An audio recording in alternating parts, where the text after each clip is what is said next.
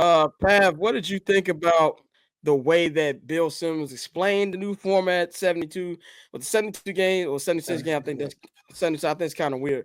Playoffs starting in May, NBA finals starting in July. It gets you away from where the NFL's coming, starts like beginning of December, and really your season's over right before NFL training camp comes on. What do you think about this? And you think it's just asinine, or is there anything about it that you like, or you think it's just crazy?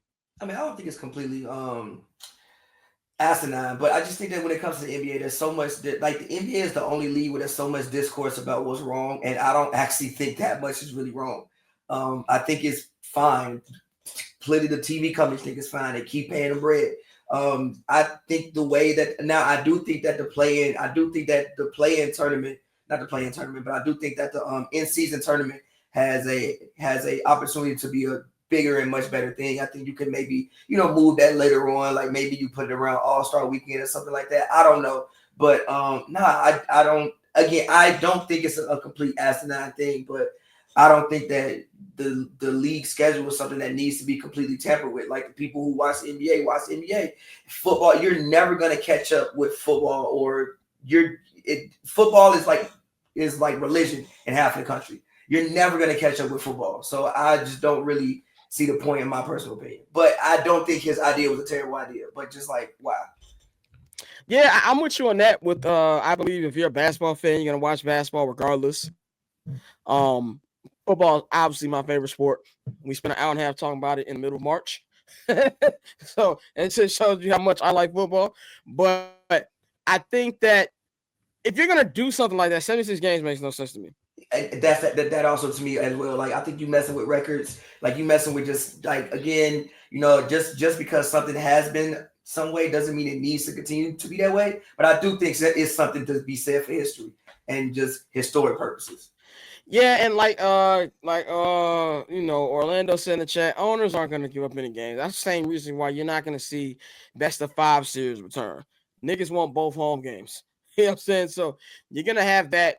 But I have no problem with it being like as a viewer, as somebody who I love baseball, but I don't watch all 162. I don't really even tune in to like around August, because that's really when the records really start mattering anyway. It gives you kind of like a bridge in general, but I'm kind of like you, Vel. Like I don't think it really needs that much change, and I think that the NBA is at a point right now where you either like it or you don't. NFL, you're not going to compete with them. They are a behemoth. They are a religion, and the reason I think it's like that outside is way less games, obviously, than 82, but it's also a team involved sport.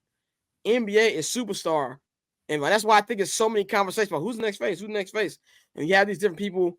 Richard Jefferson, Shannon Fry saying, "Oh, it's moving to teams." If it's moving to teams, that's a problem for the NBA.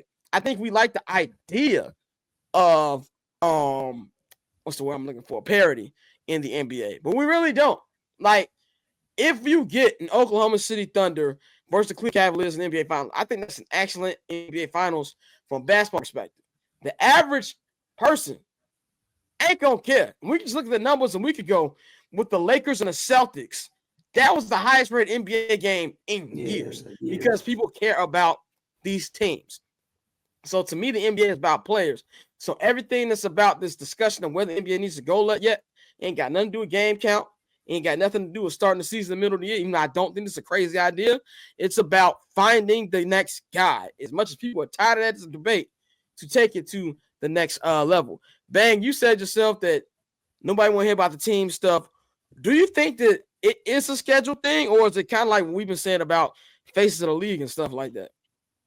I think it's a little bit of both. I think that we are in a situation right now where the NFL is king. Now, we got to remember, while the NFL, we love the NFL, the last, maybe 10 years, the NFL has surpassed every sport. It is damn near lapped every sport. So it's a smart business move to get away from that sport. It's not a good business move to wait. Now, add that also to the fact of what I've said weeks prior was that, and Orlando just said it, the NBA loves dynasties, and they was built on dynasties.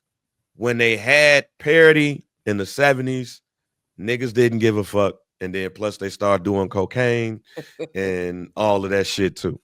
But in the 80s, when David Stern took over, one of the first things he did outside of removing tape delay and doing live games was market the NBA. The NBA in the 80s and 90s that's when it was marketed the best. And that's why you have people bucking up against MJ being MJ, because how it was marketed. The NBA is fantastic. You saw celebrities at the game, and not just that Knicks games and that LA games. You saw celebrities at all of the games. And then you turned the NBA players into celebrities. They was the man in their city. I don't give a damn who you was. Nigga, Rolando Blackman and Derek Harper was the man in Dallas. And them teams sucked after a while. God damn it. So it's a combination of both.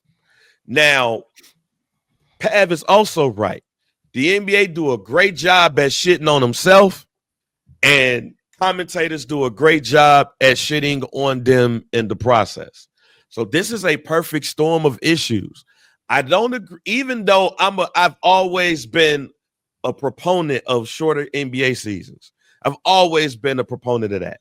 I always said that the NBA should start on Christmas. Don't nobody give a fuck about late October, early November games. It's almost like glorified preseason. When Christmas comes, it's lit. I am a proponent of keeping it at 82 games, but then also starting around Christmas, getting those months when nobody gives a damn about football.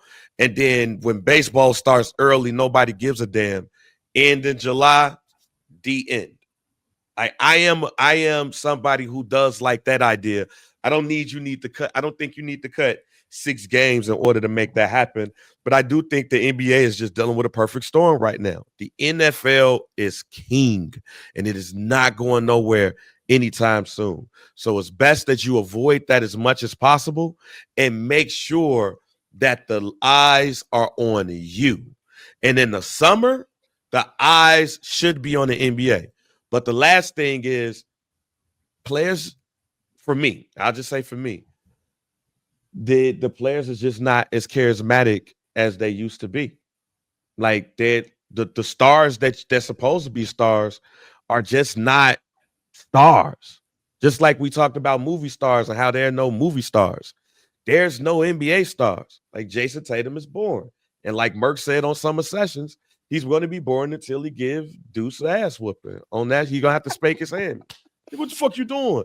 Like Anthony Edwards. Parenting is killing the superstar. Yeah, like Anthony Edwards is a true deadbeat dad in a sense. Like the deadbeat dads that we used to have in the NBA they didn't let the world know that they was deadbeat dads. Like Sean Kemp had a whole bunch of kids, but we know that shit. Michael Jordan won shit. He was over there cheating with Juanita with porn stars and shit. He all in the National Enquirer, but he was still charismatic as hell. Like the most charismatic players in the NBA outside of LeBron and Anthony Edwards and Stephen Curry are niggas who no longer playing. And that's unfortunate. I also think you're going to have a hard time getting people to sit depending on the city, getting people to sit in arenas in the middle of the summertime. Like, I'm sorry. It's LA in July. There are so many other things I could do on a Friday night in LA in July and go to a Clipper game. So, that's a real good point. Yeah. It's a real good point. I didn't think about that. That's a very good point. Like Miami in July, you want me to sit in a stadium? To be fair, well, that means the games need to get it early so you can get the fuck out and go kick it. To be fair, I don't think the Heat will be playing in July. They will not. And they don't come. And Miami fans don't come to the game until halfway into the third quarter. Them niggas had LeBron James and Dwayne Wade for 4 years and never came.